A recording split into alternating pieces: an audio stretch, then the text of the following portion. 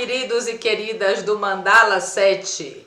Hoje vamos iniciar uma nova série com entrevistas no nosso canal do YouTube. E hoje temos para a nossa primeira convidada a Sabá Moraes, que é a nossa primeira convidada dessa série do Mandala 7. Esse projeto que é guiado por essa que vos fala, Adriane Queiroz e Carolina Faria, onde conversamos e trocamos experiências sobre a expansão da consciência através da linguagem musical.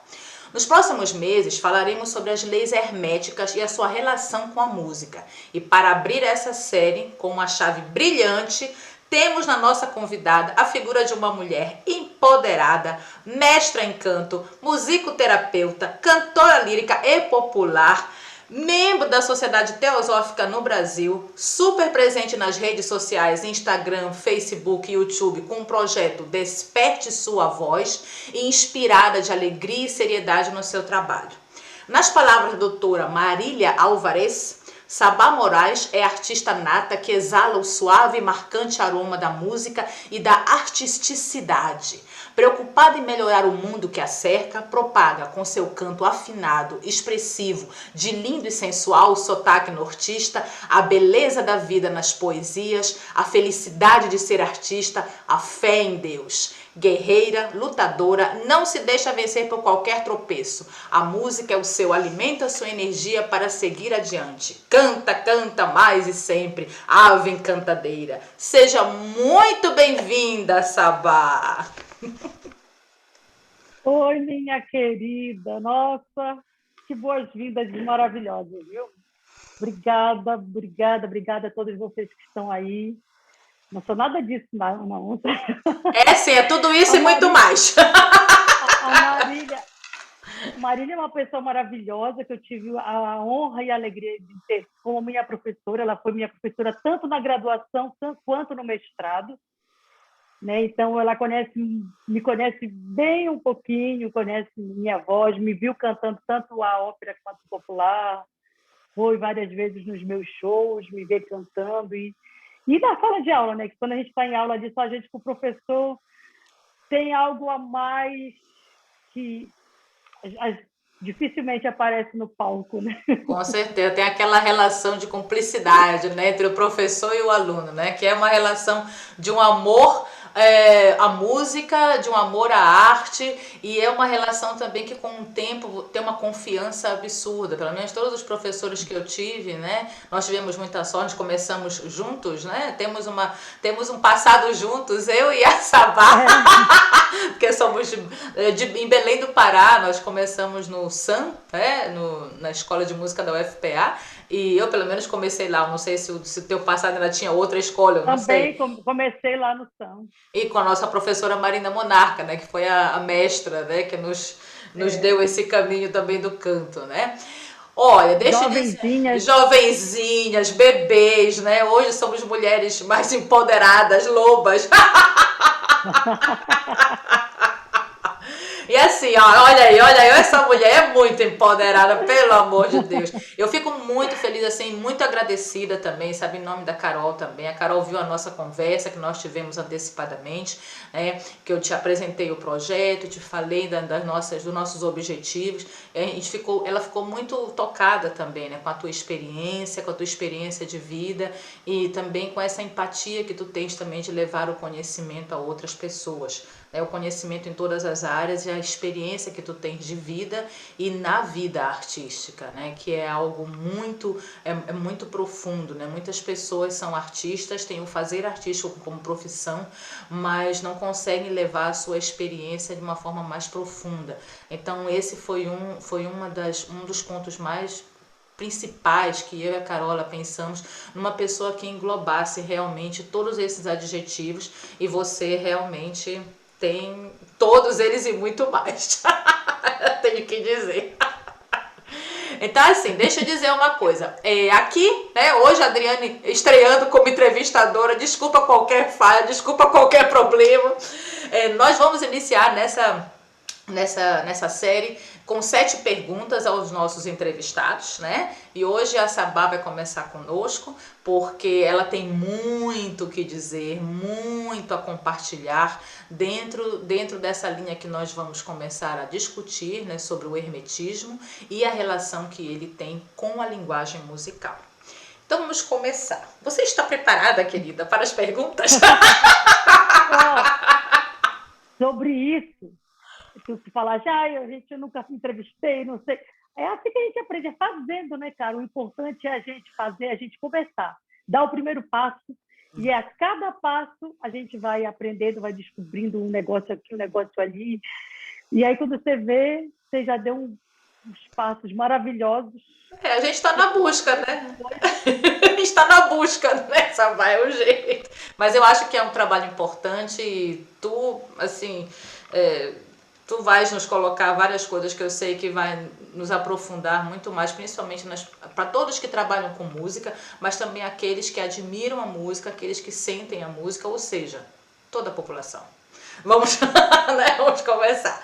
Então, primeiro, em que momento da tua vida a música passou a ocupar destaque?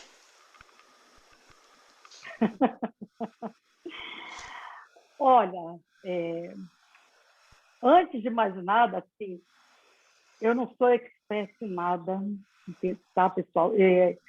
Eu não tenho conhecimento, assim, eu sei isso aqui, eu sou...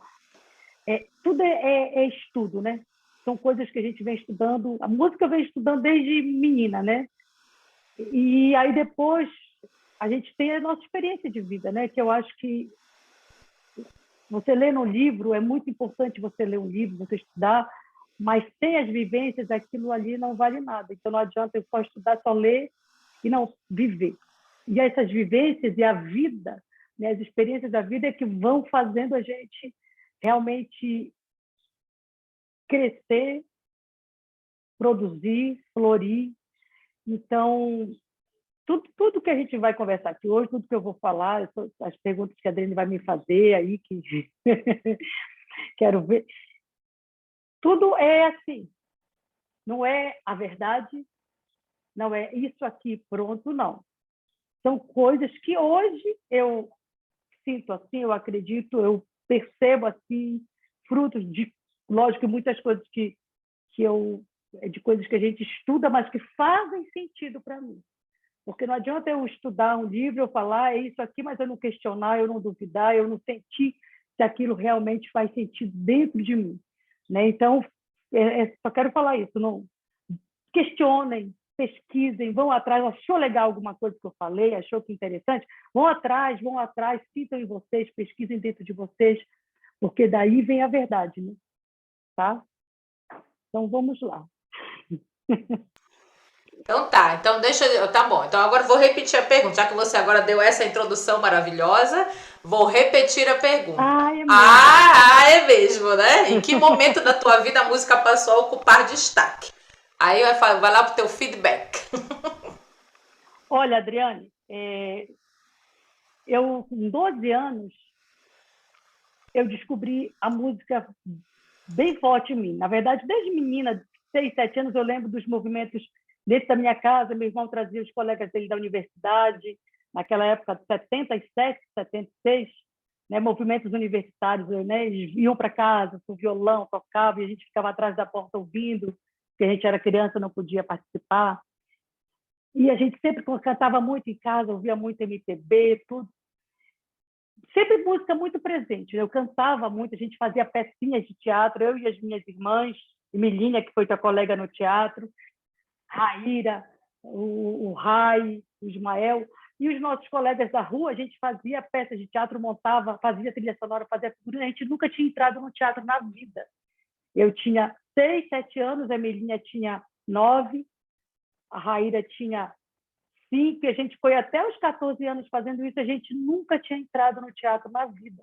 Eu entrei no teatro na vida a primeira vez com 16 anos. Eu já estava no SAM. Eu fui sorteada para assistir o Guarani, que a Anisa Tanque foi cantar. Oh, que bênção! O Guarani com a Anisa Tanque. Oh, meu Deus, histórico, hein? Tu já começou bem, hein? E a gente, criancinha, todos eram só crianças no grupo. E a gente escrevia as peças, fazia a trilha sonora, fazia figurino, ensaiava, vendia os ingressos, lotava a casa. A gente nunca tinha entrado no teatro na vida e a gente fazia a peça. Aí as pessoas não acreditam em reencarnação, né? Porque de onde vem esse conhecimento, né, cara? Então, e aí com 12 anos, eu comecei a ouvir os discos de um dos meus irmãos mais velhos, Monteverdi, Chopin, Beethoven, Mozart, que ele tinha aquilo. Eu falei, meu Deus, que música é essa? Eu esperava ele sair, ia para o quarto dele escondido e ficava ouvindo, porque ele não deixava eu pegar, que era vinil, né? E aí eu comecei a querer estudar música. Comecei a querer estudar música, mas a minha família não queria colocar, porque música era só para gente rica, não pode estudar música, tá? Aí com 15 anos, esse meu irmão me levou para o SAM e me matriculou. Então, eu posso dizer que foi desde que eu entrei no SAM, porque o SAM virou minha segunda casa. Eu ia para o SAM, ficava lá, todos os dias eu ia para o SAM. Ok, para quem não sabe, o SAM é a Escola de Música da UFPA, lá em Belém do Pará, galera, tá? Porque agora a Samara tá falando de Goiás e eu tô falando de Berlim, mas ambas já viveram em Belém do Pará, tá? No norte do Brasil. Então, para quem está vendo aqui de outros lugares, saibam que lá tem uma escola de música que faz parte da universidade, né, da UFPA, da Universidade Federal do Pará, e que até hoje existe, é uma escola muito, muito, muito boa, que formou excelentes músicos, inclusive a Sabá, e eu comecei lá também. Então, pessoas que realmente fizeram história na música paraense e na música internacional, né? Porque cada um foi seguindo o seu caminho, né? Cada um foi seguindo o seu caminho e fazendo a sua vida. Então, realmente lá é um grande celeiro, né? Para quem não sabe o que é SAM. Então, vai dizer, que é isso, né?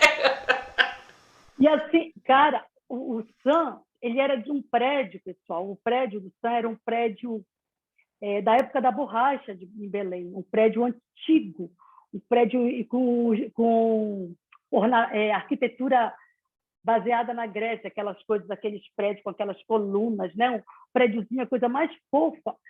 E aí, quando eu entrava ali, quando eu comecei a estudar, aquela atmosfera, aquelas músicas, aquelas salinhas de onde vinha o som de violino tocando Bach, outro som de violino tocando, outro piano, Chopin, aquilo ali eu falava, era a minha casa, cara. Eu me senti, eu falei, é isso que eu sempre vivi isso.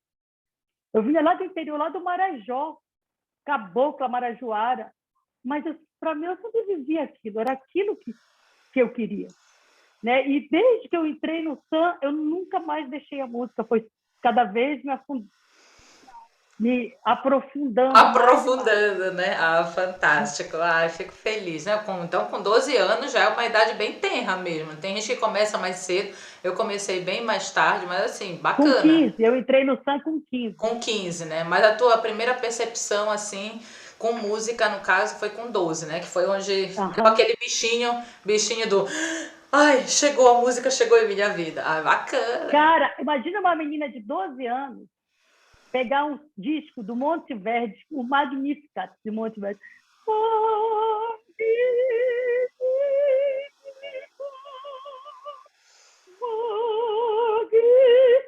Música renascentista. Eu passava a tarde ouvindo e chorando. Eu sentia uma coisa tão imensa dentro de mim. Eu sentia um amor, uma dor, uma saudade que eu não sabia explicar. E eu ficava ouvindo em loop. Uma menina de 12 anos. Foi um Magnífica para as crianças de 12 anos de hoje, cara.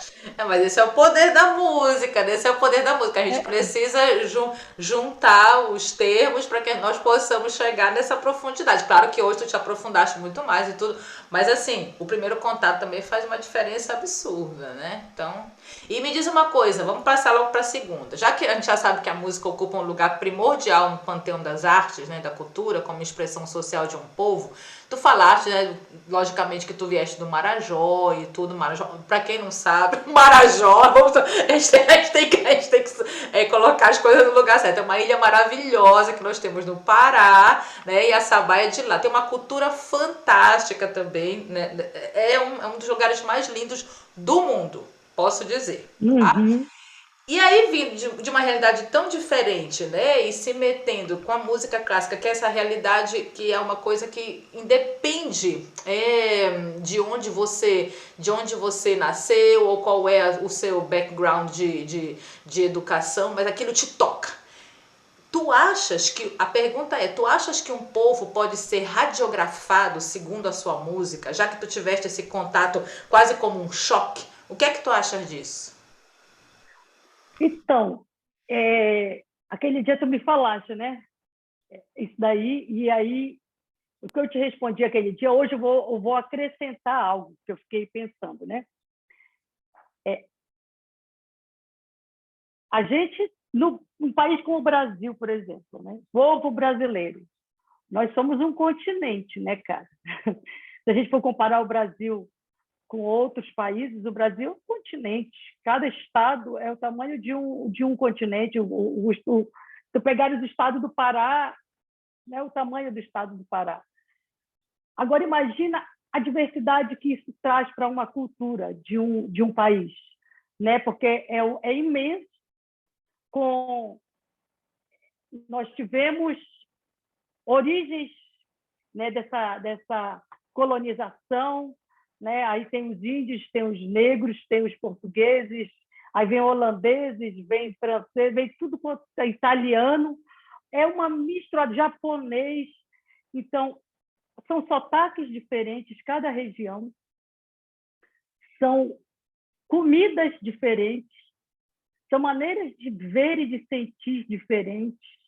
Você pega o nosso povo paraense, essa espontaneidade, essa coisa quente, expansiva, aberta. Você vai para o sul, é o povo fechado, mais frio, mais sisudo, né? Completamente diferente. Isso vai criar uma música diferente.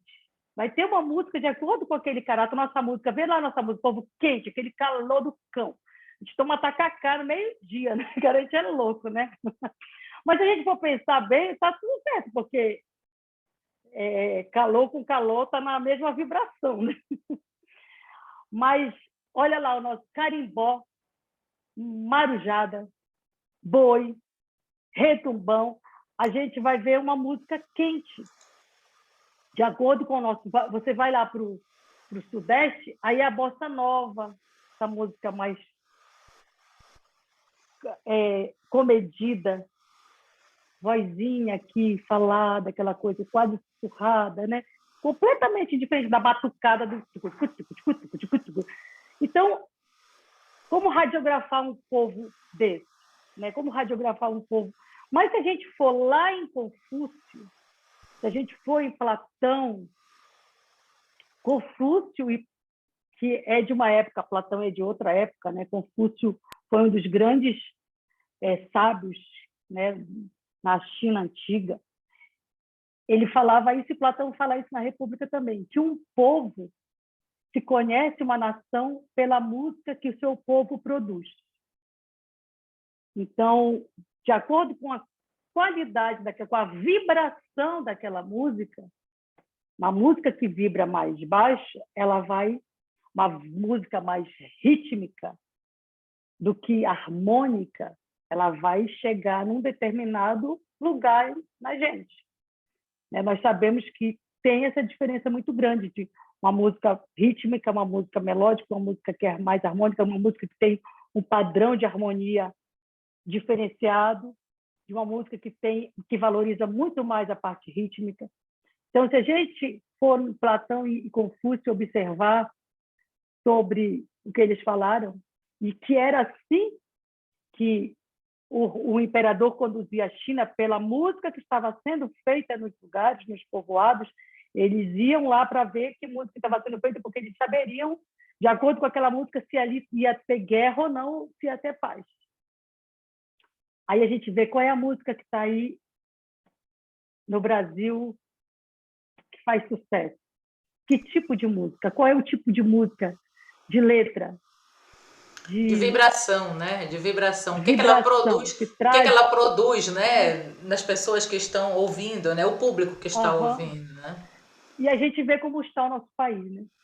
Como está o nosso país, esse caos, essa corrupção, essa desumanidade, essa falta de respeito, de amor.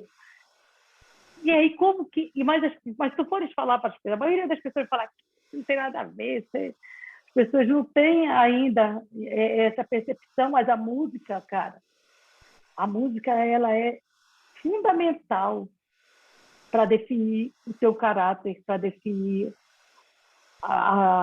aquilo que tu sente, que tu pensa. Então, a gente pode fazer essa radiografia dessas duas maneiras, né? Tem como radiografar dessas duas maneiras, né? Claro. E a gente também conversou naquele dia, né? Porque a gente conversou, logicamente, eu não posso chegar aqui com a entrevistada e jogar assim na cara delas perguntando, não é assim, né? A gente tem que respeitar, né? Por favor, aqui tem respeito. E a gente falou também sobre a questão da tolerância, né? Por ter uma radiografia tão diferenciada, né? Por ser tão diferenciada e ser um continente, né? Chamado Brasil, a tolerância seria uma vigente quase que técnica, uma vigência quase que um resultado, na verdade, né? Porque se existem tantas expressões, de como tu colocaste, né? Em cada região já existe mais do que uma expressão, muito mais do que uma expressão, em lugares pequenos, como no caso, pequeno a gente sempre tem que fazer uma relevância aqui, né? O que é pequeno no Brasil? Mas digamos assim, na ilha do Marajó, por exemplo, né? Que tem o mesmo tamanho de Berlim, né? Geograficamente, mas tudo bem. Ela tem uma cultura super diversa e que tem várias. E no Pará nós temos, por isso, eu posso falar do Pará, né, porque eu sou de lá, nós temos muita influência também caribenha, né, da América Central também. Então, se nós vemos toda essa diferenciação e o Sul, que já tem muito mais dos outros países que fazem o limite, né, do país, então, se nós temos tanta diferença e vivemos sobre o mesmo território, por que a tolerância ela é tão difícil de ser encontrada nos dias de hoje, sendo que a própria criação desta nação, digamos assim, ela veio dessa diversidade, dessa junção dos povos. Então, assim, realmente é algo que a gente tem que pensar, né? E que a música, como tu colocaste tão bem, já nos tempos antigos, realmente antigos, né? No caso de Confúcio e no caso de Platão, já colocavam também essa importância da música e o que ela diz sobre um povo, né? Não de um povo, mas sobre um povo. Não, fantástico, realmente. E deixa eu dizer desculpa, tu queres falar? Fala, por favor. Não, e uma coisa que é muito importante. O Confúcio ele falava isso aqui, ó. A música de um país pacífico é próspera, é tranquila e alegre, o governo é ordenado. A música de um país agitado revela descontentamento e cólera. A música de um país em decadência revela pena e nostalgia do passado e o povo está angustiado. E Platão, ele falava isso aqui, ó. Tanto para Platão quanto Aristóteles, Platão sustentava que as artes influenciavam diretamente a moral da vida humana, cada uma a seu jeito, e a música com maior destaque.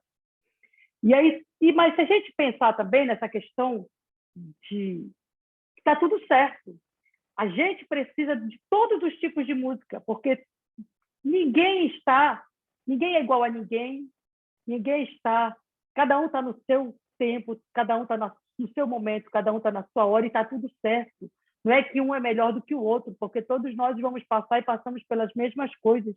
Então, é importante todo tipo de música que existe cumpre um papel. Cumpre um papel é fundamental e essencial. Entendeu? Então, é só triste a gente ver que o nosso país ainda está nesse momento ainda assim tão decadente, né, cara? Que a música mostra bem como que está a nossa consciência, né?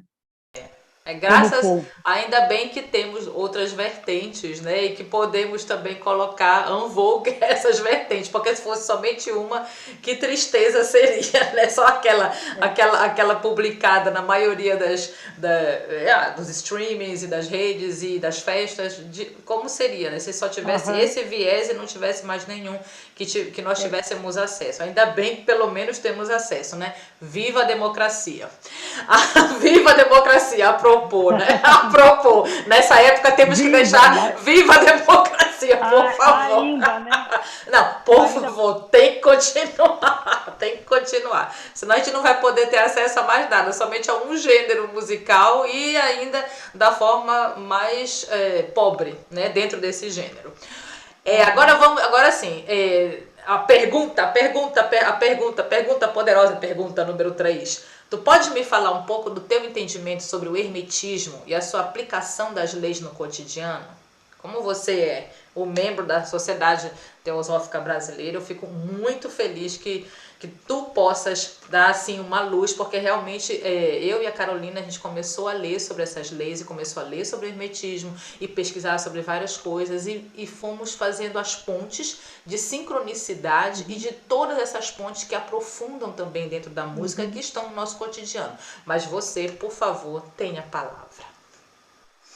Eu sou uma estudiosa, estamos estudando, né? Muito, eu e o Ney, a gente estuda muito, então o que a gente vem estudando, vem entendendo em relação ao hermetismo, foi um dos primeiros livros que eu li quando eu comecei nesse processo de autoconhecimento, de querer saber qual o significado real de tudo isso, da minha existência, do porquê a gente está aqui, qual o significado da música realmente no nosso processo de evolução no mundo.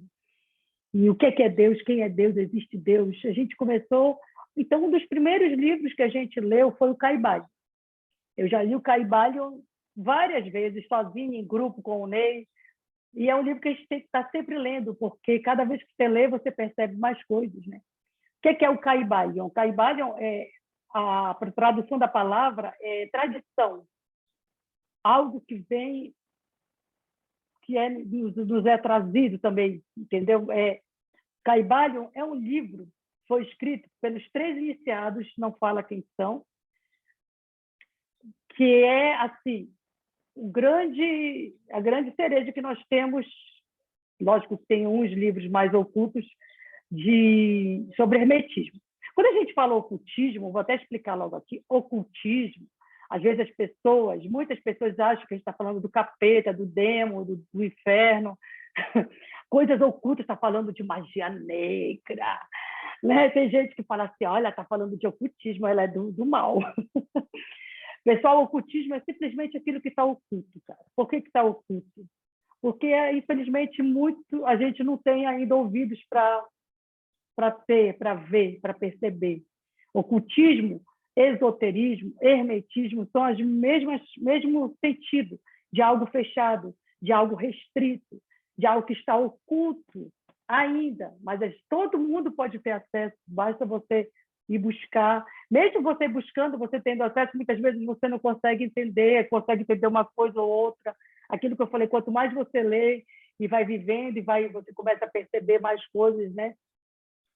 Então, hermetismo, né? A gente vê, essa coisa está fechada hermeticamente, quer dizer, fechada de uma maneira difícil de ser aberta. Vem do Hermes Trismegisto, né? Que foi esse grande sábio egípcio que viveu aí muito antes de Cristo.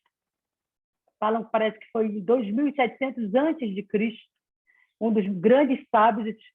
Falam alguns que ele não deixou nada escrito, mas tem outras fontes que dizem que ele deixou coisas escritas, mas que o conhecimento sempre foi muito passado de boca a ouvido. Tem uma frase que ele fala, os lábios da sabedoria estão fechados, a não ser para os ouvidos do entendimento. Então, quando o discípulo está pronto, o mestre aparece. Então, por conta do nome Hermes Trismegisto, vem esse nome hermetismo. E aqui nós temos o Caibalion, que é esse livro que traz esses preceitos herméticos, que são esses 7 princípios, ou 7 leis universais. São leis universais, imutáveis, eternas, quer você queira ou não, quer você concorde ou não, acredite ou não, elas existem. Quer eu acredite ou não, eu entendo ou não, elas existem, a gente vive sob elas o tempo inteiro, consciente ou inconscientemente. Né? Então, quando a gente começa a estudar e começa a ir perceber na vida, por exemplo, quando a gente fala assim, sempre depois da tempestade vem a bonança. Não fala isso? Isso aqui é a lei do ciclo, é a lei do ritmo. tudo que sobe e desce, tudo que flui e reflui, tudo que vai e vem. Ou seja, a gente nunca fica só de um jeito. Se hoje você está muito feliz, sabe, aquela felicidade louca, cara, pode crer que amanhã você vai amanhecer numa deprê. Porque você deu demais aqui, você está lá numa polaridade, outra lei, e você vem para outra polaridade aqui. Você dá uma queda. Tanto que existe uma doença aí que é o transtorno bipolar, que é isso, essa doença. Você está numa polaridade, que é a depressão. Quanto maior for a depressão, maior vai ser o outro lado, que é a crise da mania, que é a euforia. Tudo em exagero, né? Então, se a crise da mania for muito intensa, a crise de depressão também vai ser muito intensa. Então, a gente, querendo ou não, essas leis existem, né? Elas estão aí, a gente vive sob o efeito delas. Então, são 7 as leis herméticas, os princípios herméticos, as leis do universo. Outra que se fala muito, que está na Bíblia, que Jesus fala, você vai plantar você vai colher o que você plantar. O que é isso? Eu vou colher o que eu plantar, né? O que eu semeio, eu vou colher. Está falando da lei de causa e efeito, lei de ação e reação, a lei do karma. Karma é ação, né? Não quer, porque às vezes as pessoas falam lei do karma como se fosse algo ruim. Só o que é de ruim é a lei do karma. Ah, esse é meu karma. Mas a karma é ação. Então, a lei do karma é simplesmente assim, cara. Basicamente, né? Não é simplesmente porque a lei do karma é uma lei muito profunda que a gente precisa estudar muito para conhecer, para perceber, para sentir, para a gente tentar entrar em equilíbrio, né? Toda ação que nós fazemos vai causar uma reação. Se eu vou passando, tem um galho de uma árvore, eu vou afastar esse galho da árvore, bater nele, ele vai voltar. Né? Ele vai voltar, às vezes ele volta e ainda bate em mim. Então,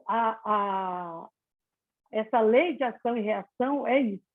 Nós temos aqui um equilíbrio. De repente, você vai lá e causa um desequilíbrio. Eu vou lá e ofendo alguém, xingo. Eu causei um desequilíbrio ali na harmonia. A gente sente no ambiente na hora que o ambiente se desestruturou. O ambiente precisa voltar para o equilíbrio. Como que ele volta para o equilíbrio? Voltando para a causa do desequilíbrio. Onde está a causa? Eu vou lá e te dou um abraço, te trago um presente, tu ficas feliz pra caramba. A gente vê que desestrutura também. Precisa voltar para o equilíbrio. Como que volta para o equilíbrio? Dessa mesma maneira. Tudo que eu faço gera algo. Tudo. Tudo. E não só atitudes, mas meus pensamentos. Pensamento gera coisa pra caramba, pessoal. Nossos pensamentos são criadores. A gente cria. Quanto mais a gente pensa numa coisa, mais a gente cria.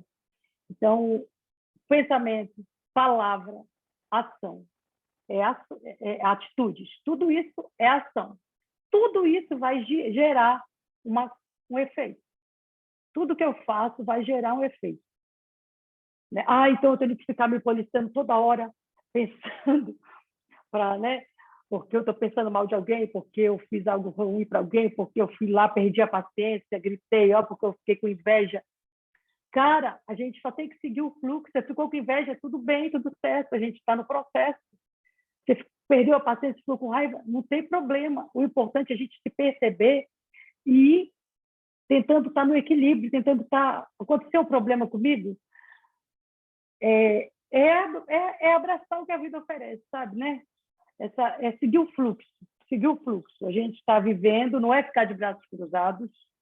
Seguir o fluxo não quer dizer ficar de braços cruzados, né? Eu vou fazer o que eu sinto que eu preciso fazer, mas vem aquelas coisas que a gente não espera, os acidentes, as intercorrências, as coisas que a gente acha que a gente não provocou, pode não ter provocado agora, ontem, semana passada, mas quem sabe dos outros tempos, né?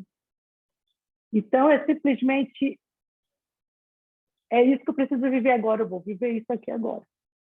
Né? E a gente está o tempo inteiro, nós temos uma mente dual. Tudo no universo é dual. Né? Tudo é, seco, molhado, frio, quente, amor e ódio, né? Nós estamos vivendo uma polaridade no Brasil, né? Em relação à política. A gente vê essa coisa da polaridade muito clara. Então, ou está no polo ou está no outro. A gente precisa chegar no equilíbrio, né? Ou a gente tem aversão ou a gente tem repulsão. Ou a gente ama ou a gente odeia.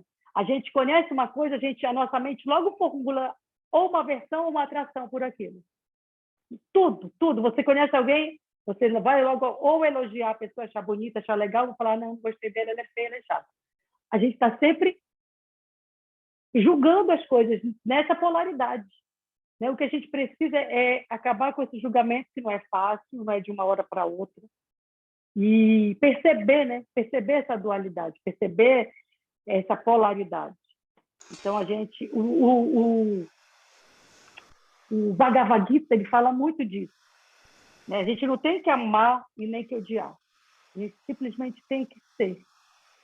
Porque quando você ama, você também ainda está amando por algo, né? Você tem, porque na verdade esse amor que eu estou falando é o amor, esse amor, que esse nosso amor daqui não é o amor de verdade. É o amor de desejo, é um amor que tem interesse. Você ama porque é teu filho, você ama porque é teu marido, você ama porque é tua mãe. Porque se você amasse, você amaria simplesmente por amar, e não porque a pessoa é algo ou fez algo para ti. Né? Quando a gente ama. Com certeza. Né? Eu não amo, eu amo. Por que eu amo? Porque é meu filho? Uai, se ele não fosse teu filho, tu não ia amar, não? Então isso não é amor. Não, fantástico, realmente maravilhosa tua explicação. E também tem a questão, se você for, tu estavas falando na questão das polaridades, né? E eu estava pensando, por exemplo, se você for ver no mundo da ópera, no caso, né? Que trabalha também com a literatura, logicamente, no canto lírico, você vê a flauta mágica, por exemplo, né? A presença do yin, do yang, do feminino, do masculino, no tamino, na pamina, né? E todos os outros, que cada um representa uma fase da vida, não só uma fase da vida, mas um sentimento, uma forma de se expressar no mundo. Então também, se você for avaliar todos esses espetáculos, né? E o próprio lirismo, né? Quando você junta a literatura com a música, as duas linguagens, e transforma essas duas linguagens em arte, né? E é uma arte que é uma arte eterna, tem que se dizer, né? Porque a gente escuta até hoje, quando ouve, por mais que você não saiba do que se está falando, você fica, né? Você diz assim, isso eu gostei, né? Quem é que nunca ficou impactado com a área da Rainha da Noite, né? Mesmo que tenha ouvido, não sei, em um comercial, ou que seja, porque eu sou velhinha, né? Então, tipo assim, é lógico, né? Que eu sou desse tempo. Então, e você ficava impactado e começava a repetir. Por quê? Porque é uma linguagem tão poderosa que ela ultrapassa os séculos, ela ultrapassa a sua própria história, e essa linguagem, ela te toca, ela realmente vai na tua pele. Então, é a mesma, às vezes eu ouço, não sei, canções que sejam de outros países que eu não entendo, será uma canção em norueguês, por exemplo, não tenho mínima ideia do que significa, mas ela tem uma harmonia, né? A forma como ela foi composta, ela é tão bonita, ela é tão profunda que ela me toca, me dá uma dor, que foi o que tu sentiste quando tu ouvistes o Magnífica, por exemplo, pela primeira vez com teus 15 ou 12 anos, né? Então, assim, é algo que ultrapassa, né? Como tu falaste da questão do amor, é algo que ultrapassa os laços filiais, os laços de interesse, é algo que a música, eu também a vejo nesse patamar. Porque se você se abre, eu tenho certeza que já tiveste essa experiência, que quando a gente vai cantar, independente da língua que você vai cantar, claro, quando você canta na língua que está sendo falada, logicamente que ela chega de uma forma direta, né? Direta ao coração. Mas quando você vai cantar em uma outra língua, outro idioma que não seja o idioma do público que você está apresentando, ele também chega a esse público, por mais que ele não tenha o entendimento de cada palavra, porque a expressão musical, a expressão se está em modo maior, em modo menor, em modo dissonante, se ela junta as escalas de todas essas questões harmônicas que os grandes compositores nos deixaram, né, e nos deixam até hoje, porque continua, graças a Deus, ainda existem compositores nesse mundo, né, então a criação ela ainda continua, né, E essa linguagem chega de uma forma que algumas pessoas depois vêm contigo e dizem: uau, essa música me tocou, eu não sei porquê, mas eu comecei a chorar, ou eu comecei a rir, ou eu comecei a me lembrar disso, daquilo, me trouxe memórias. Então esse poder, e é o que tu falaste, as leis herméticas, elas estão presentes no dia a dia, você queira ou não queira, e é a mesma coisa, e a música ela vem junto, e ela também invade teu coração, invade teu corpo, invade teus corpos, né, no caso, né, que a gente tá falando de uma coisa assim, um pouco mais espiritualizada, e não espiritismo, não é, ninguém tá falando de religião aqui, gente, não é isso, tá, que fique bem claro, e assim, eu fico feliz que tu tenhas assim esclarecido realmente, porque eu vejo por mais que quanto mais eu estudo, mais eu vejo esse poder também inserido na música, como essa ponte, para que nós possamos nos aprofundar também no que a gente já vive, né? E buscar o equilíbrio, né? Que é a melhor coisa que a gente fica buscando em tudo quanto é área da nossa vida, né? Mas assim, é É, difícil, é uma busca, né? A gente vai, mas ter consciência da busca já é muita coisa, eu acho. é. Ter consciência da busca, ter consciência das prisões, porque nós temos muitas prisões, né, cara? Nós temos muito, por exemplo, a primeira lei é a lei do mentalismo. O universo é mental, o todo é mente. Tudo é mente, cara. A nossa percepção de tudo é mental, né? Nós temos uma mente que é dual, como eu tinha falado antes. Então, se a gente fosse parar para estudar aqui a lei do mentalismo, não ia dar, porque é muita coisa e a gente ia precisar de muita gente para ajudar a gente aqui a entender melhor, né? Mas então, tem muitas coisas que se a gente falar, eu acho que não é o caso, mas assim, procure esse livro Caibalion, que fala dessas leis, explica cada uma muito, que é a lei do mentalismo, a lei de correspondência, assim em cima como embaixo. Tudo que está em cima está embaixo. E se nós usarmos a lei de correspondência, a gente consegue entender muita coisa. Muita coisa. A gente começa a entender tudo a partir dessa lei de correspondência. Então, a gente sempre associando, por exemplo, em relação à questão da música. Existe uma música cósmica, né? Existe uma música cósmica que é em relação à movimentação dos astros. Cada astro tem a sua frequência, cada planeta, cada astro tem uma frequência. Tudo é outra lei, que é a lei da vibração. Tudo que existe vibra, tudo tem uma vibração. Tudo está em movimento. Essa vibração, ela tem uma frequência. Frequência, música, vibração. Cada astro tem uma frequência. Ele vibra numa determinada frequência. Nós temos uma frequência. Os nossos órgãos vibram, todos eles têm uma frequência e têm um ritmo, têm um pulso. O coração tem uma frequência, o pulmão, os rins, o fígado, cada um está ali vibrando e está vibrando uma frequência. Os planetas estão vibrando todos. E aí, com essa vibração, Pitágoras descobriu, naquela época, estudando, né? Para quem não sabe, foi Pitágoras que fez essa parte toda da divisão da música em oitavas, quintas, sextas, dó, mi, sol, dó, sol, mi, dó, dó. Ele descobriu que esticando uma corda, dividindo a corda, dava a oitava, depois dividindo de novo, dava a quinta, dava a terça, e assim ele foi e descobriu. E muitos estudos do Pitágoras, então Pitágoras falava da música das esferas, que é essa música que é feita, que existe com a movimentação dos astros, com a frequência deles. E, para quem estuda mais aprofundadamente, muitos de vocês já devem ter feito meditação, talvez, tenta, põe às vezes nem sabe para que é, por que é, só faz fazer. Porque meditar não é simplesmente você sentar no quarto, botar a mão, você pode meditar o dia inteiro enquanto você está fazendo essas coisas. Meditar, eu estou cozinhando, posso estar meditando. Eu estou aqui, ó, conversando com vocês, isso aqui pode ser, se eu estiver realmente aqui agora, minha mente está aqui, ó, eu estou plena nesse instante, com a minha atenção focada aqui, eu estou meditando. Meditar é perceber as coisas como elas são, é estar no agora. Isso é meditar, é estar no agora. Então, a gente treina essa meditação maior que a gente almeja um dia chegar, é nisso, no dia a dia, não aqui, né, cozinhando, estou dirigindo, dá para eu dirigir, ler e conversar, eu não estou no agora. E nós, mulheres, temos esse problema, que a gente se gaba, né, que a gente consegue fazer 5 coisas ao mesmo tempo. Quando eu descobri que isso não era legal, eu falava, eu sou foda, eu sou, porque eu faço um monte de coisas, eu cozinho, eu varro a casa, eu estudo uma música, eu decoro, não sei o quê. Eu falei, nossa, minha mente aqui está totalmente, minha mente está doida, cara. Como é que eu vou trabalhar minha mente? Minha mente não sabe onde parar. A mente já é ativa, nossa mente não para. Nosso cérebro é um grande captador, a gente não para. Né? A gente capta tudo, a gente está o tempo inteiro pensando. E aí a gente ainda reforça isso, imagina. Mas o fazer musical, ele também é um tipo que vai dar na outra pergunta, né? Porque você já deixou esclarecida maravilhosa aí sobre o hermetismo e tudo que ele tem a ver, pelo menos assim, en passant de tudo, porque logicamente que é um estudo de vários anos. Mas a música, ela também te obriga a focar. Quando você tem um fazer musical, tu sabes disso, porque tu tens também crianças pequenas, tu também criaste teus filhos, né? E tu sabes como é. E tu és musicoterapeuta, que a gente vai chegar na outra fase de Sabá, né? Porque a mulher tem várias facetas. Mas a música, ela te obriga, né? No fazer musical, ela te obriga a focar, porque senão você não consegue fazê-lo. Você não consegue cantar uma música e estar pensando. Você pode até fazer isso no teu inconsciente se você já está, assim, sei lá, cantando 10 mil anos. Mas não é a melhor coisa, porque você precisa focar no público, você precisa focar nos músicos, você precisa focar no seu redor, ao seu redor, com quem você está fazendo música, musicando, né, como a gente diria. Então, tudo isso ele te obriga a focar no presente, no que você está fazendo.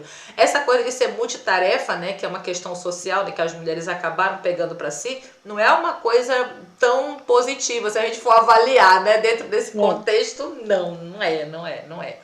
E aí, continuando essa coisa da lei de correspondência, Adriane, que assim, então, se existe essa música cósmica, essa música das esferas, olha aqui, ó, para os antigos egípcios, as energias vibratórias eram um verbo ou verbo dos seus deuses. O que é um verbo? Na Bíblia está falando. No início era o verbo, e o verbo era Deus, e o verbo estava com Deus. Né? Verbo, palavra, ação. Mas esse verbo, ação, uma palavra, algo que cria. Né? Esse A1, esse OM, é a palavra de poder. É a vibração primeira da onde tudo se originou. Né? Essa força criadora. Os pitagoristas falavam que era a música das esferas. Os chineses, que era a energia celeste da perfeita harmonia. Os povos antigos, eu estou tirando aqui trechos de uma palestra que eu dei um tempo atrás.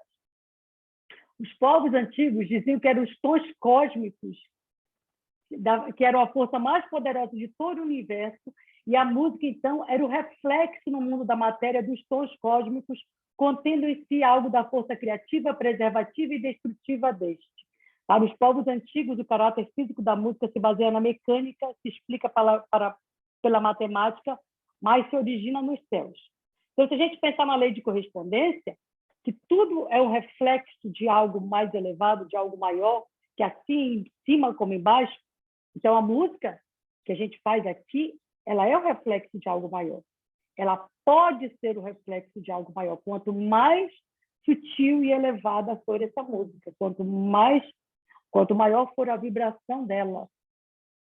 Né? Então, a gente vê aqui a lei de correspondência. A lei do ritmo, que eu já falei, que tudo flui, reflui, tudo vai e vem. Um dia é de alto, outro dia é baixo. Quer dizer, um dia eu estou bem, no outro dia eu não estou. Lei do ciclo, que é a lei do ritmo.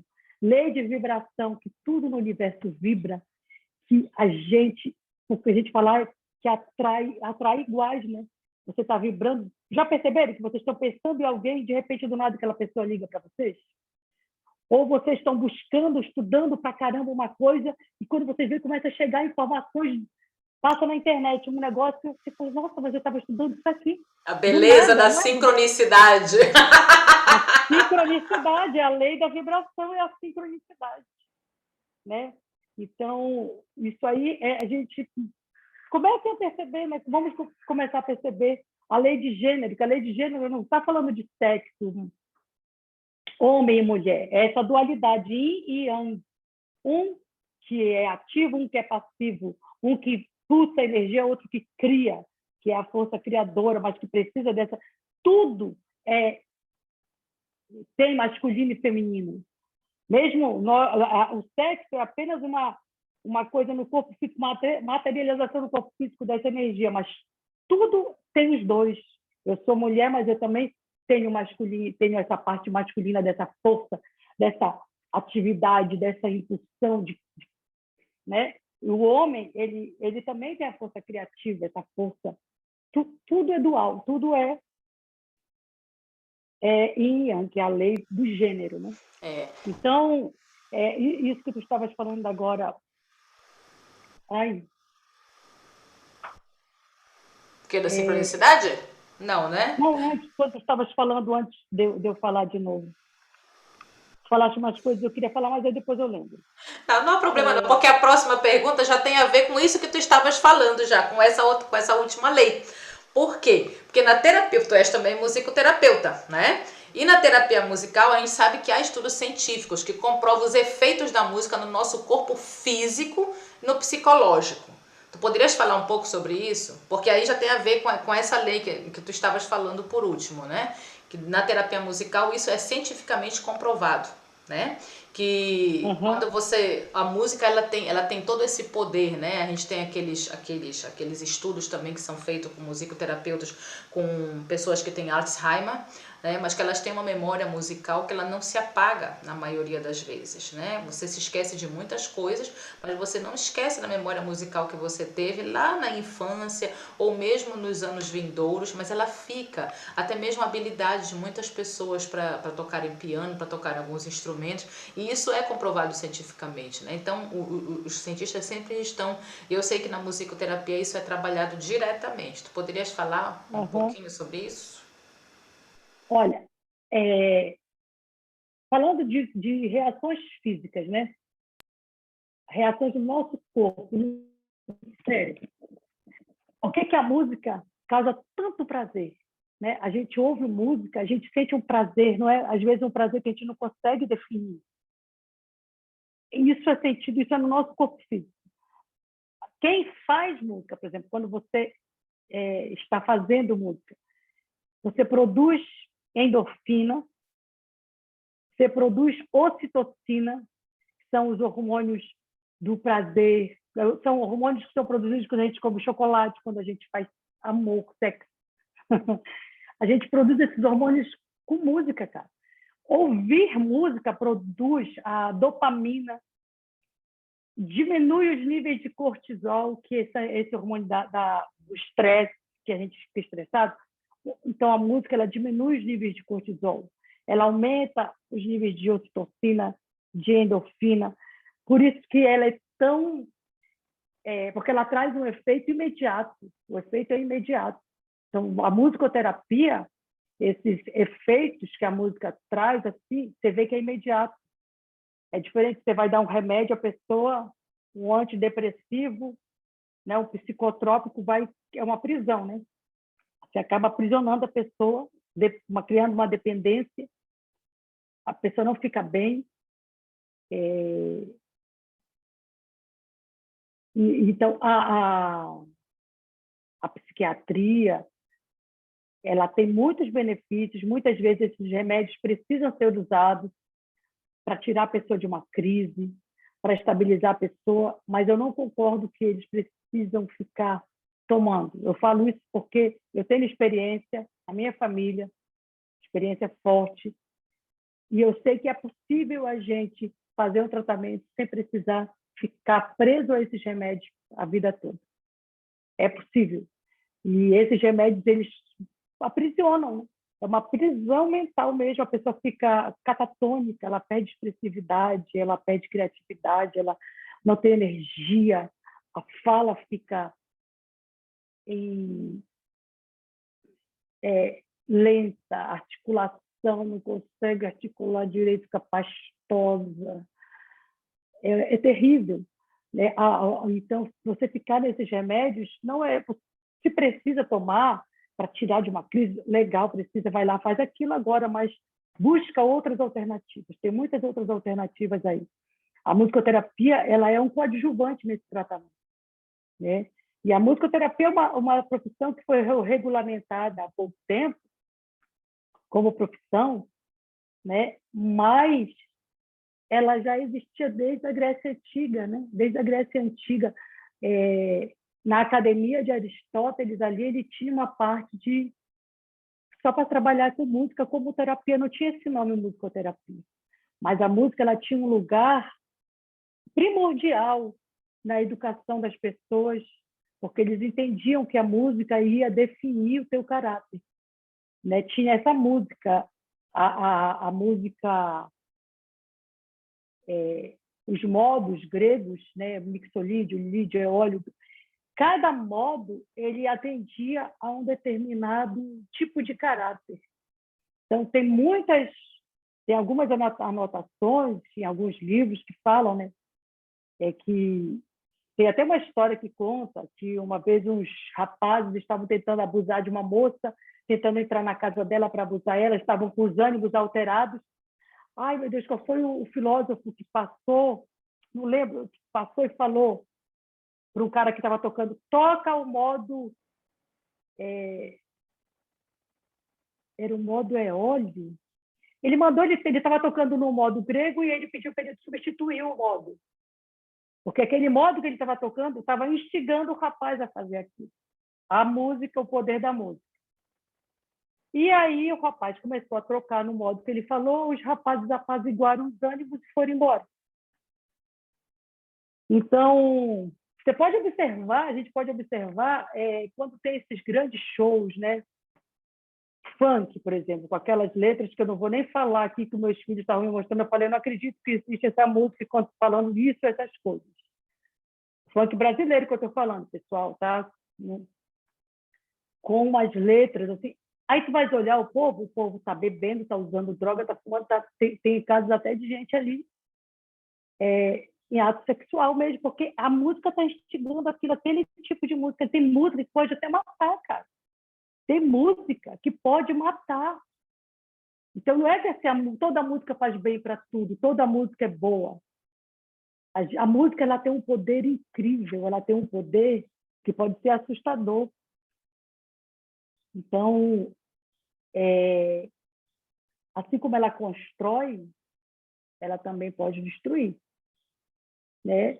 E a gente tem que estar muito atento a isso. Por exemplo, na musicoterapia, a gente trabalha muito com os ISOs. Os ISOs são as identidades sonoras. A gente tem que fazer uma anamnese com o paciente, saber toda a história de vida dele, que tipo de música que ele gosta de ouvir, qual a música que ele se sente bem, qual a música que não faz bem para ele, que ele não gosta, que no momento da vida dele aconteceu que ele não gosta daquela música. Porque se a gente usa uma música de repente que não foi para o momento ruim daquele paciente, a gente vai prejudicar. Se o paciente está com crise de transtorno bipolar, ele está na fase da mania, e eu vou querer, então eu vou trazer o adágio de Albinoni para esse paciente, para ele se acalmar. Eu vou acabar com esse paciente, porque a mente dele está hiperativa. Ele não vai suportar ouvir aquele adágio.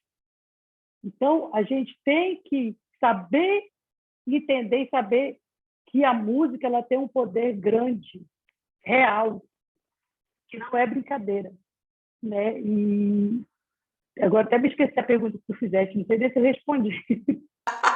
Respondeu sim, né? Eu estava falando da influência, né, dos estudos científicos dentro da musicoterapia, né, na alteração de modos. Sim. Tu estás respondendo profundamente isso, lógico, isso aí não tem nenhum problema, não saíste de jeito nenhum. Olha, cara, a música, por exemplo, o Alzheimer, por que a música ela é tão efetiva em tratamentos com pessoas com Alzheimer? Porque aquele lugar ali do cérebro, da memória musical, não é afetado pelo Alzheimer. Então, quando você vai tratar um paciente com Alzheimer, que alguém da família vem, olha, a pessoa gosta de tal música, de tal, você vê que você acorda a pessoa, você começa a trazer a pessoa de volta. Tem muitos casos de você ver, eu até um vídeo de uma senhorinha, né, que eu acho que ela era regente, o povo todo, e ela fica regendo, é feliz. É a única área do cérebro que não é afetada pelo Alzheimer. É essa área da memória musical. Né? Tem um filme lindo, que a minha filha, Diário de uma Paixão. Diário de uma Paixão, é lindo o filme.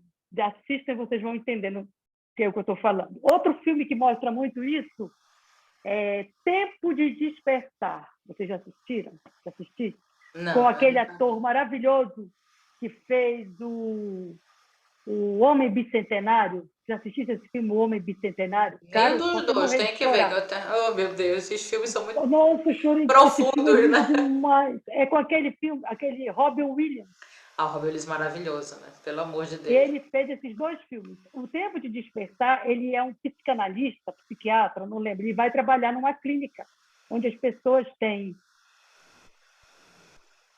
mal de Parkinson e Ah, Alzheimer. ok. Aí eu sei, ele começou E ele a usa brincar com as música. pessoas e as músicas, eu sei. E ele começou a utilizar Cada também a arte. música, É para maravilhoso. um Agora, cara era liguei. Beatles, para outro lá era Rachmaninoff, para outros era um jazz.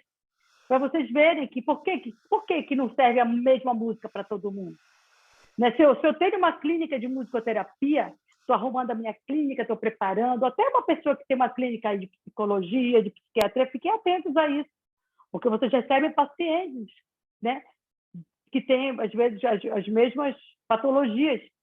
Então eu vou colocar uma música aqui para ficar tocando na sala de recepção, deixa eu colocar essa música bem tranquila, um piano. Cara, muitas pessoas vão gostar daquela música, para outras não vai fazer bem.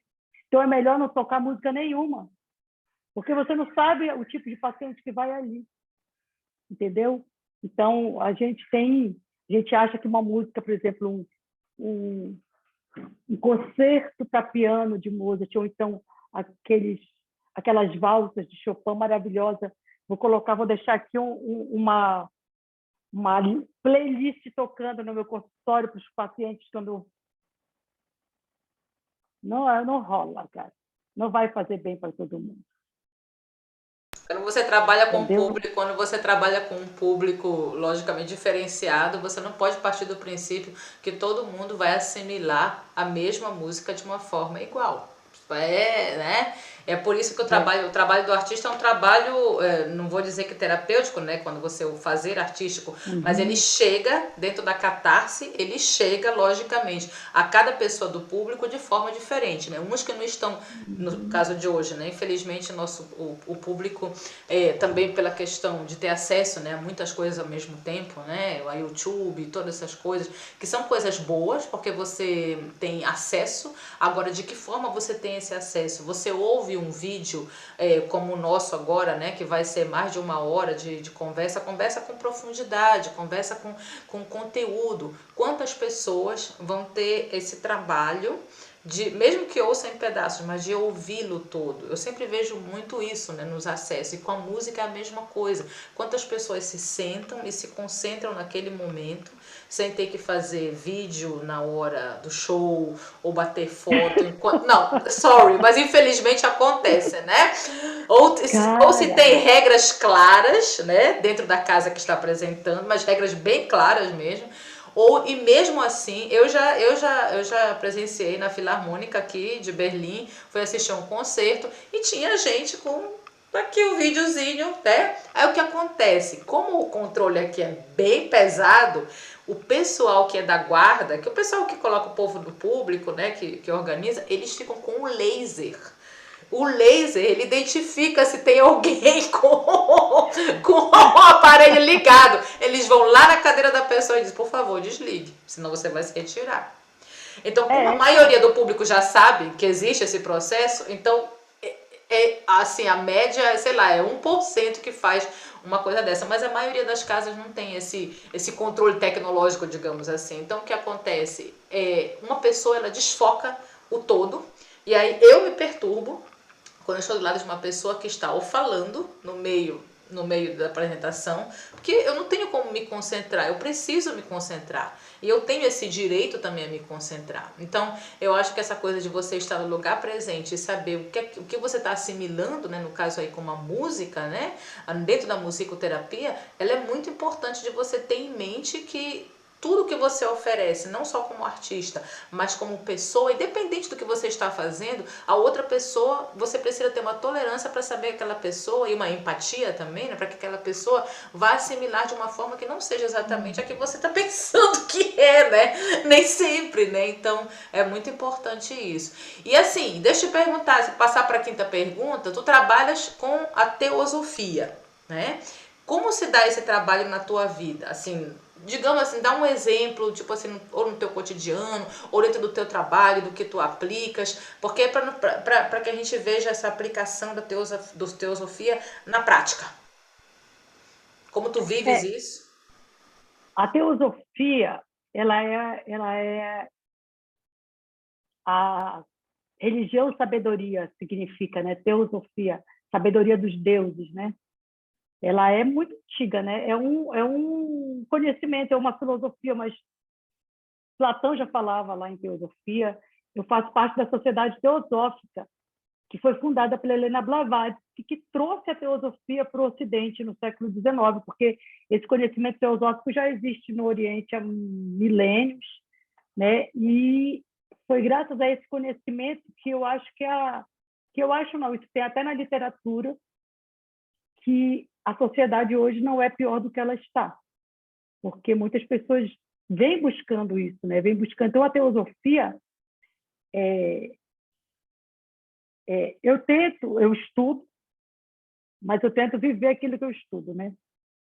Não é fácil, porque nós somos seres imperfeitos que estamos nessa caminhada aí, né? A gente tem nossas fraquezas, as nossas virtudes para desenvolver, né? Todos nós temos esse grande potencial aí para ser desenvolvido. E aí eu não acho que vale a pena eu estudar algo e não tentar praticar aquilo lá. Então, a teosofia, ela fala da origem do cosmos, do universo, do homem, mas principalmente qual o nosso objetivo aqui, né? Nosso objetivo aqui é voltar a ser o que nós somos, né? O que será que nós somos? O que é que nós somos de verdade?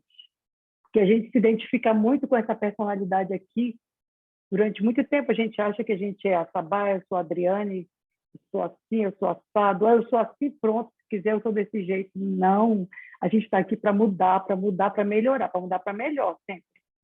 Né? E a gente não é isso que a gente vê no espelho. Isso que a gente vê no espelho é só uma roupagem, algo passageiro, que a gente precisa se cuidar, mas não pode ter apego, né? Aquele cuidado de apego, vou fazer um monte de botox, pode fazer se quiser também, não tem problema. Mas assim, cada um na sua, né? Mas assim, não pode ter apego, porque quando a gente começa a ter esse apego com o corpo físico e querer ficar, eu quero ficar nos 15 anos, eu estou com 70, mas quero ter cara de 15. Não dá, pessoal, não rola, não vai acontecer. Mesmo que eu faça um monte de coisa, não vai, a gente vai ter sempre ali as ruguinhas, né? Então a gente precisa viver a vida e aceitar o que a gente precisa viver. Então, a teosofia, ela me ajudou muito, sabe? Ela tem me ajudado muito porque foi através do que eu venho aprendendo com a teosofia e tentando, junto com o Ney, que é meu marido, a nossa vida melhorou muito. Não que a nossa vida, por exemplo, as dificuldades financeiras, as dificuldades de carreira, as dificuldades como ser humano pararam de existir de jeito nenhum. A gente começou a compreendê-las e a viver com elas. Por isso que a nossa vida melhorou. Porque a gente passou a entender que elas têm uma importância, que elas têm um significado, que elas precisam existir. Por isso que a nossa vida, porque às vezes a gente fala assim, a nossa vida melhorou muito, enriqueci, agora não é isso, né? A nossa vida melhora quando a gente entende o significado dela. Então, quando a gente entende qual é o nosso papel aqui, o porquê que eu preciso viver isso, porquê que eu estou vivendo isso, tá? Mesmo que eu não entenda agora o porquê que eu estou vivendo isso, mas se eu estou vivendo, é porque eu preciso viver. E aí, então, vai buscar atrás das respostas. Por que eu estou vivendo isso aqui? Nada é à toa, não existe acaso, não existe coincidência, não existe sorte, não existe azar. Existe a lei de causa e efeito. Existe que a gente precisa viver, a gente vai viver. Né? Lógico, o que, que vai fazer diferença? Sabe o que eu acredito que é o livre-arbítrio? Eu venho percebendo, o livre-arbítrio, por exemplo, vai acontecer um acidente comigo. Vai acontecer esse acidente de carro, sei lá. O meu livre-arbítrio é como eu vou reagir a esse acidente. Porque o acidente ele vai acontecer. E eu não vou poder impedir ele de acontecer.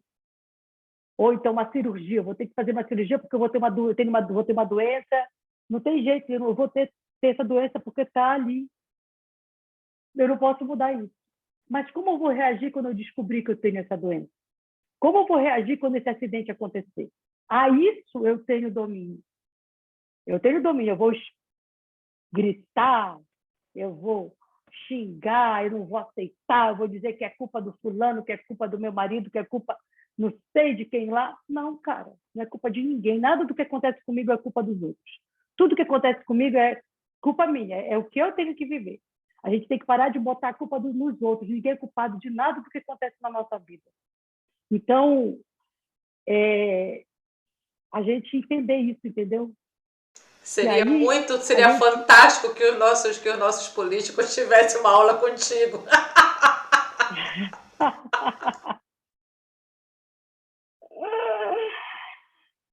Cara, quando a gente começou a entender isso, porque vem a gente contrata um pedreiro para vir rejeitar uma coisa em casa, ele vem e não fez direito. Aí a gente fica com dor de cabeça, fica com raiva. Eu estou com raiva porque o fulano veio e não trabalhou direito. Não, cara, tu está com raiva porque tu quiseste ficar com raiva, tu te permitiste ficar com raiva. Tu não tiveste controle sobre as tuas emoções. Não é culpa do cara. Quem contratou o cara foi tu. O cara fez o que ele dava conta de fazer. Eu estou com raiva porque você usou a minha roupa, comeu minha comida, sei lá, pegou algum meu livro e não pediu. Estou com raiva, estou assim, desequilibrada, culpa do fulano. Não é culpa do fulano, eu estou desequilibrada porque eu me deixei ficar desequilibrada.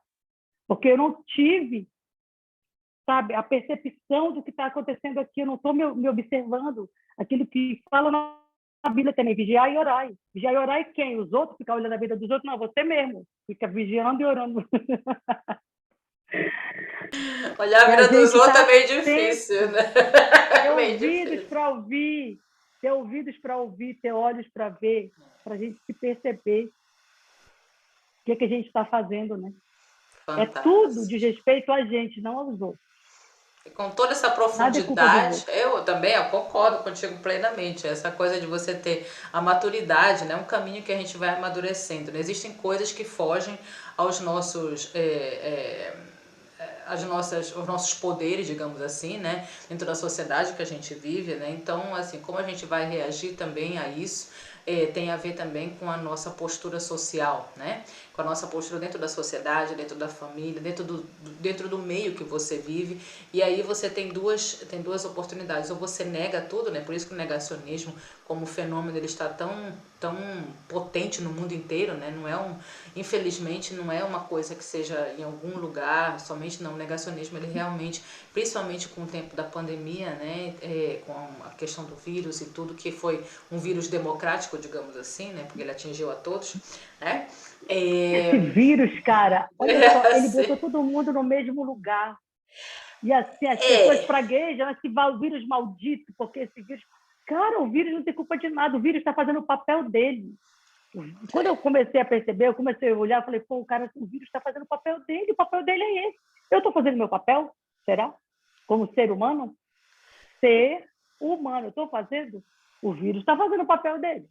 E também como ser social, né? E também como ser social, né? Porque a partir do momento que você nega e você oferece o seu pior, né? Passando para o outro a doença, você também está mostrando do seu caráter se você se importa com o outro ou não.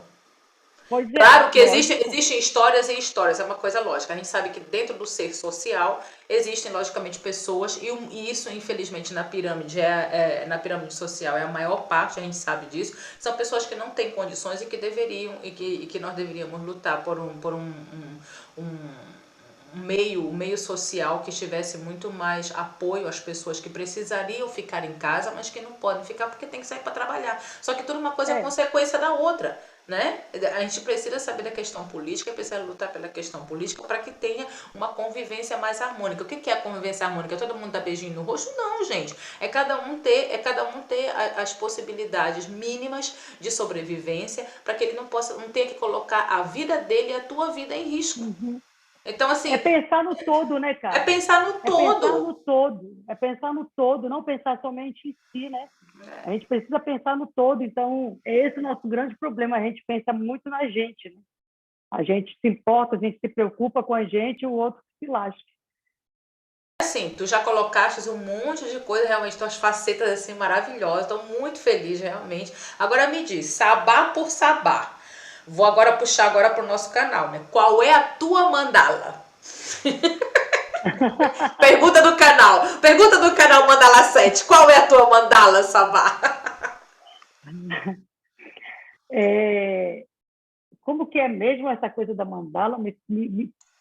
Me clareia. É assim, sabá por sabá. Qual é a tua mandala? Qual seria a tua filosofia de vida? Qual é o teu ponto de partida? Ah, Né? Porque quando a gente conversa, pelo menos eu com a Carola, a gente começou esse projeto, o Mandala 7, partindo da mandala, sempre partindo de um ponto, né, primordial para que a gente pudesse expandir, né?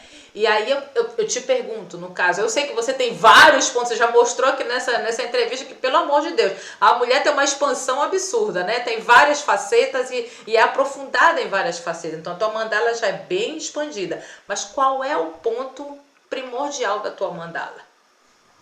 olha, Adriane, hoje demorei para chegar nesse lugar, mas já há algum tempo. E olha que a gente tem, se eu fosse contar as coisas que acontecem com a gente aqui, eu e o Ney, na nossa família, as dificuldades que a gente tem, os problemas sérios que tem,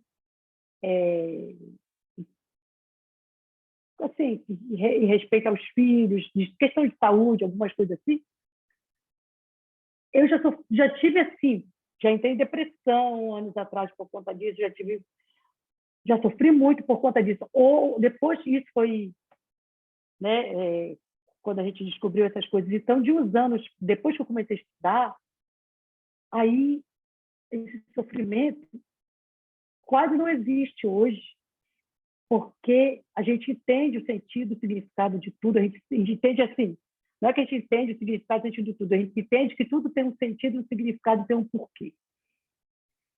E a gente, então, o que a gente tem feito? Qual a minha filosofia hoje de vida? É viver o agora, é seguir o fluxo, é viver o que eu preciso viver. É isso hoje? Então, vamos viver isso hoje. Abraçar o que eu preciso viver. E aí, a gente está no agora, entendeu? É tentar estar no agora. Porque ó, essa questão da nossa mente, né? A gente tem uma mente dual, uma mente que não para, e essa mente dual que ora oscila para coisas elevadas, ora oscila para coisas densas. E aí, para a gente, essa mente que não para, se a gente se perceber, ou a gente está sempre pensando no passado, sofrendo por coisas que eu não fiz, que eu deixei de fazer, que aconteceram, aí entra a depressão, ou a gente está projetando para o futuro o que eu quero isso, eu quero aquilo, eu quero chegar lá, eu quero ter. Isso traz ansiedade. É aí as causas dos problemas. É a mente que está no passado ou no futuro, nunca ela está no agora. Não tem presente, porque o presente é um tempo, né? O presente, quando a gente fala no presente, o presente é um tempo, é grande, né? Mas passado e futuro, olha, a nossa começo da nossa entrevista aqui já é passado, né? E é muito Quando a bonito, gente né? É muito bonito que em português, na língua portuguesa, nós temos a palavra presente como indicação do agora, né? Porque é, também é um presente, né? É uma benevolência que você tem também, que você muitas vezes não uhum. aproveita, né? Porque é o que tu estás colocando. Quando a gente entendeu, cara, essa coisa do eterno agora, do eterno agora, porque e é disso que quando a gente está no agora, a gente não tem pensamento, não existe pensamento, porque eu estou no agora, né? E é esse caminho que depois, quando a gente está lá na meditação, a gente está lá sentado, tentando perceber nossa respiração, observar nossa respiração.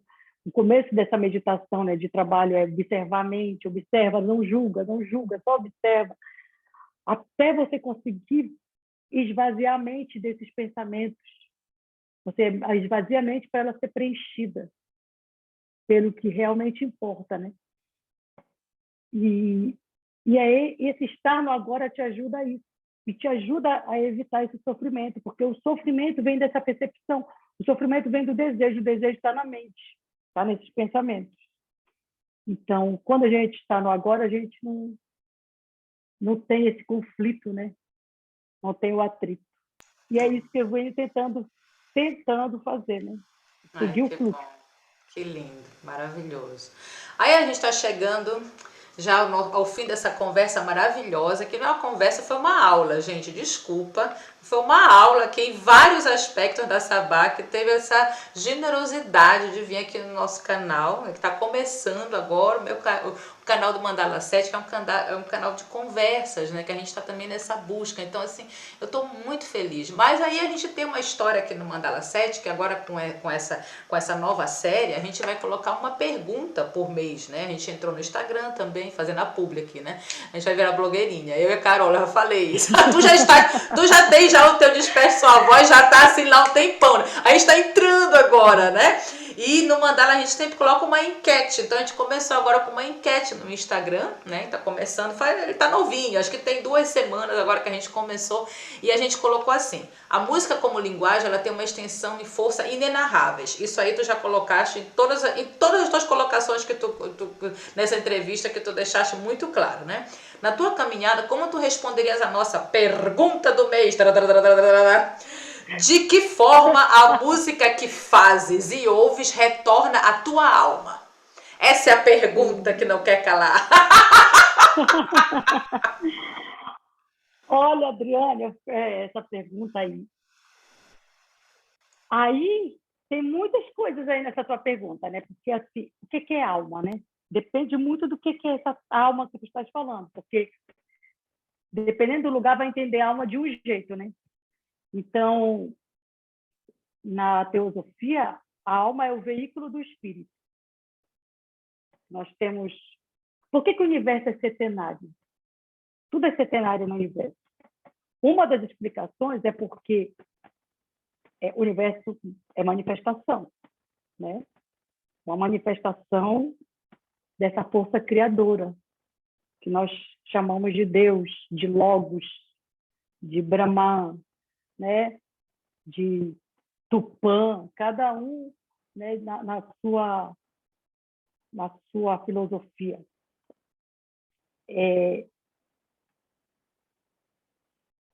Então, nossa, e aí, nossa, me deu um branco aqui geral. Não se abala, é que você está falando do universo. A gente está falando de que forma a música que tu fazes e ouves retorna à tua alma. Aí tu começaste já no aprofundamento da alma, né? Porque você é tão profunda que aí as coisas, logicamente, elas tomam uma mandala assim, não, totalmente. Aí, não, me deu um branco da tua pergunta, agora eu lembrei. Então, nós temos uma parte densa, uma parte inferior, que é esse quaternário. Quaternário, né? Nosso corpo ele é setenário. Tudo no universo é setenário. Os planetas, os planos. Nós temos 7 corpos, mesmo que a gente não veja, a gente tem 7 corpos ou princípios. Então, nós temos o corpo físico, esse corpo mais denso, que a gente precisa aqui para atuar, para viver. Nós temos o corpo, um duplo etérico, que é uma cópia desse corpo físico, um pouco mais sutil, onde a gente sente dor. Tudo começa no duplo etérico. Nós temos o corpo vital, que é onde está a vida, e nós temos o corpo astral, que é o corpo das emoções, que é esse corpo que, quando a gente dorme, ele continua ativo no plano astral, né? Então, é o quaternário inferior. E nós temos uma tríade superior, que completa esse ser. A mente que é dual, que é essa mente que ora é mais densa, ora é mais sutil. Alguns dividem a mente inferior e mente superior, mas a mente ela é um princípio que é dual. Nós temos acima da mente, que é a alma, que é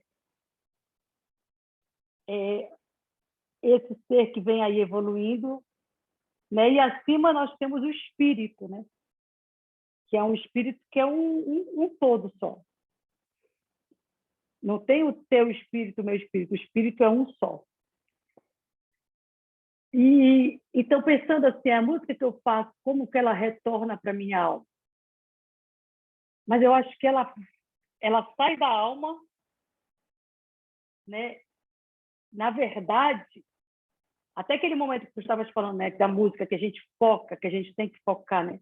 Quando a gente está no palco, né, Adriane? Tu estás ali cantando com a orquestra, tu não estás pensando em técnica, tu não estás pensando em nada, tu não estás pensando nos problemas, nas contas, você está inteira ali na música, né? Você está inteira se permitindo ser instrumento de algo muito maior, mesmo que a gente nem perceba isso. Eu comecei a perceber isso há uns anos atrás, porque eu ficava, que é aquilo que eu sentia quando eu estava cantando? Eu não conseguia entender. O que era aquilo que eu sentia, que era algo muito incrível, muito maravilhoso, sabe? Eu me sentia a pessoa mais maravilhosa do mundo, eu sentia que eu podia tudo. E assim, eu não ficava em mim. E aí, depois que eu comecei a estudar, eu comecei a entender, né? É que quando a gente está fazendo música, quando a gente está realmente ali fazendo música, quando a gente está realmente no agora, você não está preocupado, tem fulano ouvindo, peraí, tem alguém, olha, fulano está me vendo, ai meu Deus, ai, putz, grila, aquela pessoa vai falar mal de mim. Ai, será que o fulano gostou da minha voz? Aí não rola, cara. Aí você não está fazendo música, né? Quando você está fazendo música, realmente você nem vê quem está na plateia. Você nem vê. Você não vê ninguém. Você não vê nada. Você simplesmente a música sai de ti de um jeito assim. Então você está lá, nesse lugar onde nós todos estamos. Sabe? Foi isso que eu senti depois de um tempo que eu comecei a entender e depois que eu comecei a fazer, eu senti, eu percebi, estudando, lendo sobre vida de outros artistas, vendo outros artistas cantando aquilo que me fazia sentir, eu falei, é isso, cara. É porque a gente está num lugar tão sutil, nesse lugar onde nós todos somos uma coisa só. E a música, quando a gente chega nesse lugar com ela, todo mundo chega também, todo mundo que está ouvindo a gente vai sentir aquilo que a gente está sentindo, né? Aquelas coisas maravilhosas ali. Então, eu acho que para a música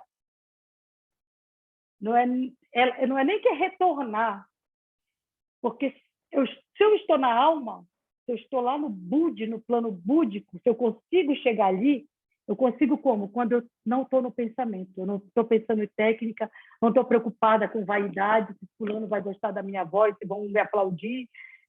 Não, simplesmente eu me deixo ser instrumento da música. Eu me entrego.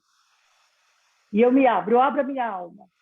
Eu chego na minha alma e a música está lá, ela é feita lá, e todo mundo vai sentir a música. Não tem jeito, todo mundo vai sentir a música. Por mais que a pessoa não esteja atenta na hora, mas quando você começa a cantar, abre a boca, a pessoa é levada para lá, porque ela também está lá. E foi a mesma coisa também que tu sentiste logo no início, quando tu contaste, né? Quando tu ouviste o Magnificat, né? Que tu choraste, ficaste nessa catarse junto com a obra. Ela chegou, no caso, ela retornou à tua alma, no caso. Ele não tinha a intelectualidade, não tinha o racional, não é intelectualidade, mas o racional, ele não estava ali. Era apenas um outro corpo, né? Uma outra esfera do teu corpo, né? Como criança, que a gente também tem que dizer que as crianças também, elas têm esses não digo que chakras, mas tipo assim, esses centros muito mais abertos, né? Para escuta atenta.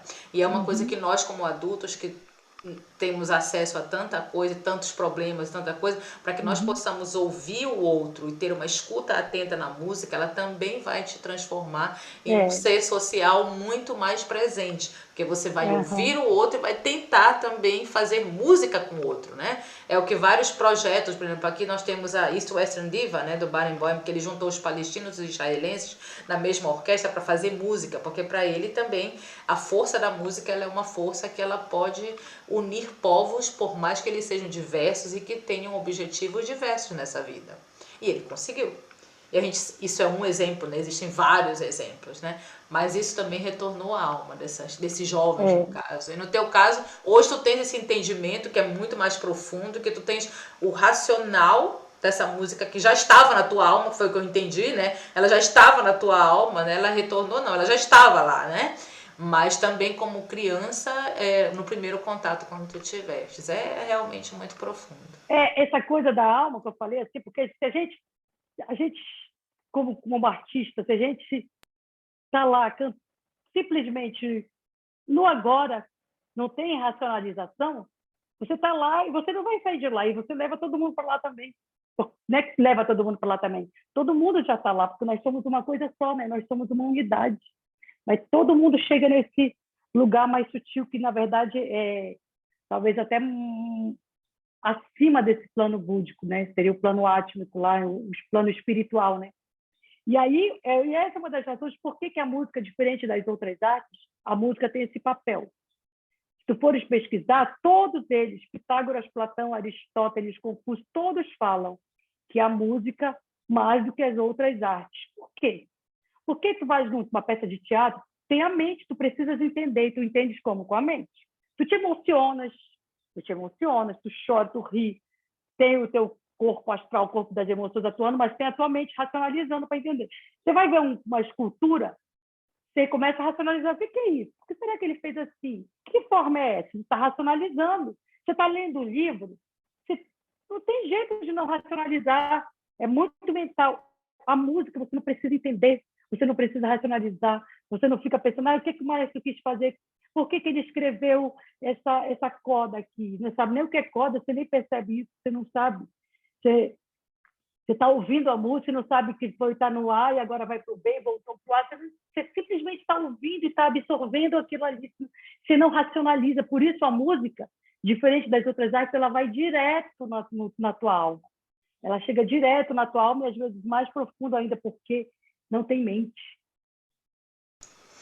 não tem Fantástico. racionalização. Fantástico. Ai, Sabal, eu tô tão feliz realmente com essa conversa, de verdade, não, de verdade. A outra foi fantástica também, que nós conversamos, eu te mostrei, né, sobre o que era o projeto, mas assim, eu tô muito feliz que eu pensei em ti e que tu realmente és a pessoa mais do que indicada para começar essa nova fase do nosso projeto, porque tu tens lugar de fala, tu tens coerência, tu tens profundidade no que tu estás falando.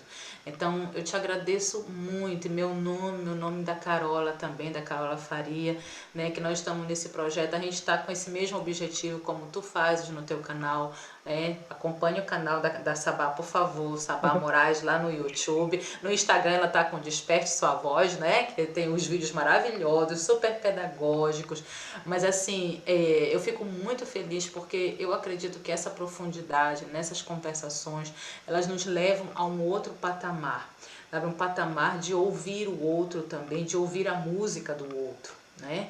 E a gente vive em um tempo que a gente precisa de tolerância e a música é um desses caminhos mais que está assim na frente de todos, à frente de todos, né, de todas as culturas, cada um dentro do seu povo mostrando a sua melhor fase ou não, né, dependendo, né, da fase do povo.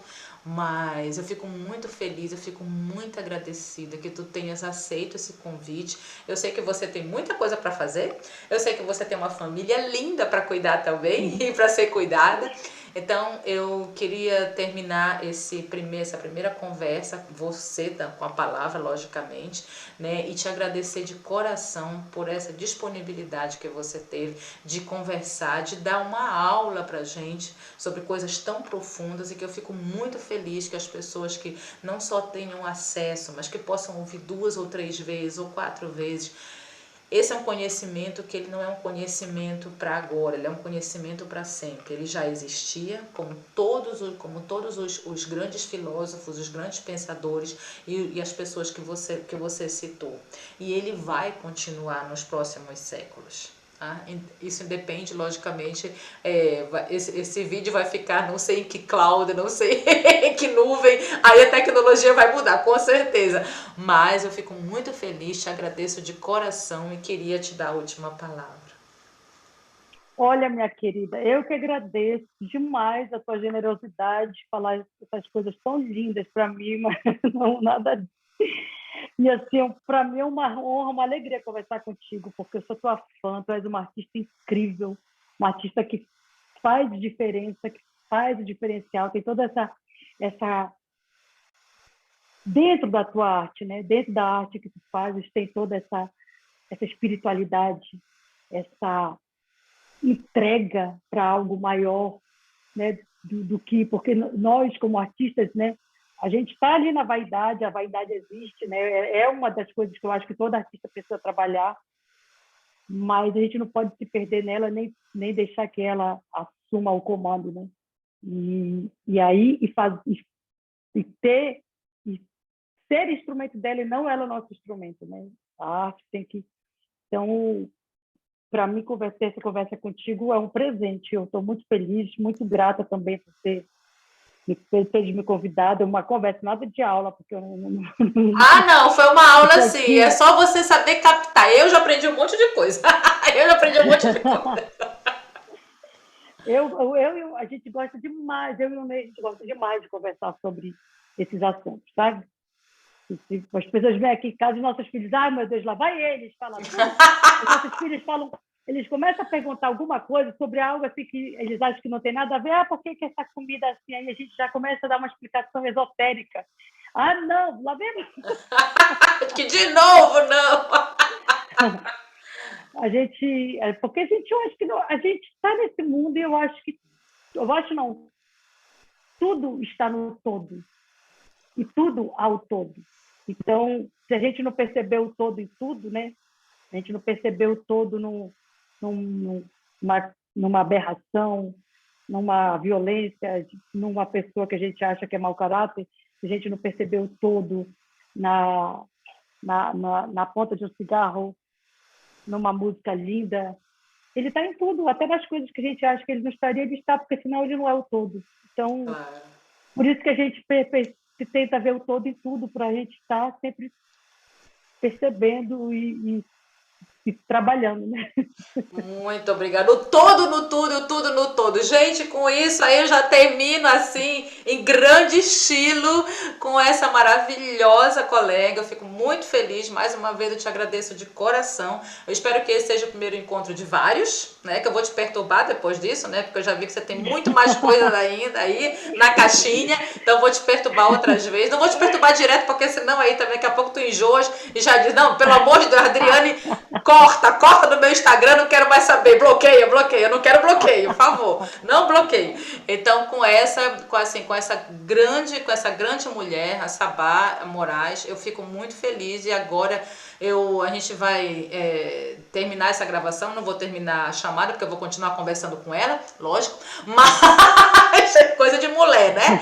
Mas assim, eu fico muito feliz de terem já aberto essa nova série do Mandala 7. Eu espero que vocês vejam e revejam esse vídeo e vejam que vocês possam colocar os comentários aqui embaixo. Eu vou colocar também o link do canal da Sabá e também das redes sociais dela, porque ela tem um trabalho maravilhoso também de despertar da voz. Eu acho que tem muito a ver também o nome, né, o que ela colocou também, o nome que tu colocaste é excelente. E lá você vê vários vídeos também sobre questão de respiração, questão técnica, questão do que o canto pode fazer na tua vida. Então, gente, acompanha a Sabá lá. E mais uma vez, muitíssimo obrigada, viu? Um beijo meu e da Obrigada, Carola. querida. Beijo grande, minha querida. Obrigada, pessoal, a todos. Tchau.